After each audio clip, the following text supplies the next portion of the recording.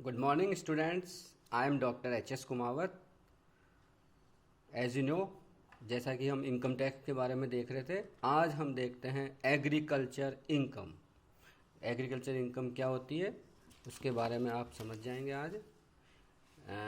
भारत में agriculture income section 10(1) में tax free है। यानी भारत में क्या होता है, एग्रीकल्चर इनकम को टैक्स फ्री माना गया और टोटल इनकम में इंक्लूड नहीं करते हैं, क्योंकि टैक्स फ्री है तो हम इंक्लूड नहीं करेंगे। तो वापस देखते हैं हम एग्रीकल्चर इनकम। इसकी डेफिनेशन दे रखी है सेक्शन 2(1)A में, और सेक्शन 10(1) में दे रखा है कि ये टैक्स फ्री है और टैक्स फ्री होने के कारण यह टोटल इनकम में इंक्लूड नहीं की जाती है। किंतु असेसमेंट ईयर 1974 और 75 में एक अमेंडमेंट्स आया, उसमें ये क्लियर किया है कि यदि हम नॉन एग्रीकल्चर इनकम यानी गैर कृषि आय पर टैक्स कैलकुलेट करते हैं तो हम एग्रीकल्चर इनकम को इंक्लूड तो करेंगे और उसके अकॉर्डिंग फिर हम टैक्स कैलकुलेट करेंगे। वापस समझिए इसको। यानी यदि हम एग्रीकल्चर इनकम को टोटल इनकम में शामिल करके और फिर टैक्स कैलकुलेट करेंगे तो इनकम ज़्यादा होगी, तो इनकम टैक्स स्लैब में जो रेट्स दे रखी है वो भी फिर ज़्यादा वाली उस पर एप्लीकेबल हो जाएगी। इसलिए इस ईयर में अमेंडमेंट आया कि हम जो नॉन एग्रीकल्चर इनकम है उस पर टैक्स कैलकुलेट करेंगे तो हम एग्रीकल्चर इनकम को उसमें इंक्लूड करके फिर करेंगे, लेकिन एग्रीकल्चर इनकम खुद टैक्स फ्री है। तो कौन कौन सी इनकम डेफिनेशन दे रखी है सेक्शन 2(1)A में कि कौन कौन सी इनकम को हम एग्रीकल्चर इनकम मानते हैं। तो देखिए बिल्कुल क्लियर है। भारत में, क्योंकि विदेश में यदि है तो टैक्सेबल है, और भारत में स्थित है ऐसी भूमि और उससे कोई किराया प्राप्त होता है, मतलब भारत में भूमि होनी चाहिए और उससे यदि कोई किराया या लगान प्राप्त होता है और उस भूमि का प्रयोग किस में हो रहा है, कृषि कार्यों के लिए, तो फिर वो है एग्रीकल्चर इनकम और टैक्स फ्री है। वापस समझिए इसको। भारत में स्थित ऐसी भूमि से प्राप्त किराया, यानी भूमि कहाँ है, भारत में है, और उस भूमि से आपको क्या मिल रहा है, किराया या लगान, और उस भूमि का प्रयोग किस में हो रहा है, कृषि कार्यों में। तो कृषि कार्यों में यूज हो रही भूमि जो भारत में स्थित है उससे कोई किराया या लगान, क्योंकि इनकम हो रही है ना, किराया मिल रहा है, तो उस रेंट को हम एग्रीकल्चर इनकम मानेंगे और वह टैक्स फ्री है।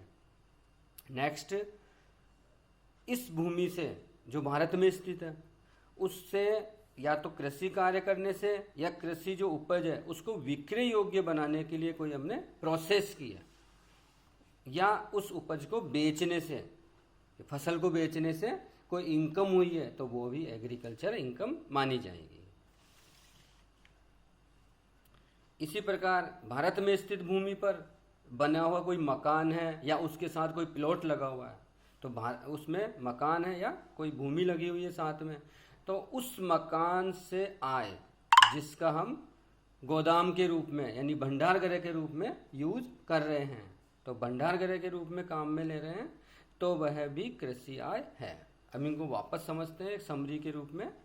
देखिए बिल्कुल क्लियर है। भारत में स्थित होनी चाहिए भूमि, तो उस भूमि से कोई किराया प्राप्त होता है तो एग्रीकल्चर इनकम है। यदि उस भूमि से कृषि कार्य करने से कोई क्रिया की है कृषि से संबंधित तो वह भी एग्रीकल्चर इनकम है। और यदि उस फसल को, उपज को विक्रय योग्य बनाने के लिए कोई क्रिया की है या किसान द्वारा उस कृषि उपज को बेचने से कोई आय हुई है तो वह भी एग्रीकल्चर इनकम है। और कृषि के काम में आने वाले मकान, गोदाम, उसकी जो आय है वह भी एग्रीकल्चर इनकम है और टोटल इनकम में इंक्लूड नहीं करेंगे, और वह टैक्स फ्री है सेक्शन 10(1) में। ये तो था एग्रीकल्चर इनकम के बारे में, लेकिन फिर भी मैं एक बार और डिटेल में समझा देता हूँ इसको। जैसे वापस हम देखते हैं इसको। इसमें लिखा है भारत में स्थित ऐसी भूमि से प्राप्त किराया जो कृषि कार्य के लिए हो रही है। तो सेक्शन 214 थर्ड ए और बी में भी बता रखा है कि भारत में स्थित भूमि अर्थात 10,000 से अधिक आबादी वाली नगर पालिका की स्थानीय सीमा में या स्थानीय सीमा से निर्धारित दूरी, इसमें दूरी दे रखी है, वो आगे समझ में आएगा, उसके भीतर यदि कोई भूमि स्थित है और उसको ट्रांसफर यानी उस भूमि को यदि बेच दिया तो वह कैपिटल गेन वाले चैप्टर में समझ में आ जाएगा। और उससे कोई किराया प्राप्त होता है तो किराया टोटल इनकम में शामिल नहीं करेंगे। और ये देखिए, एक होता है पार्टली एग्रीकल्चर इनकम। पार्टली मतलब कुछ तो वह एग्रीकल्चर इनकम है और कुछ अदर इनकम है। अब अदर इनकम कौन सी होगी, उसको हम बिजनेस इनकम मानेंगे। तो हम देखते हैं पार्टली एग्रीकल्चर इनकम।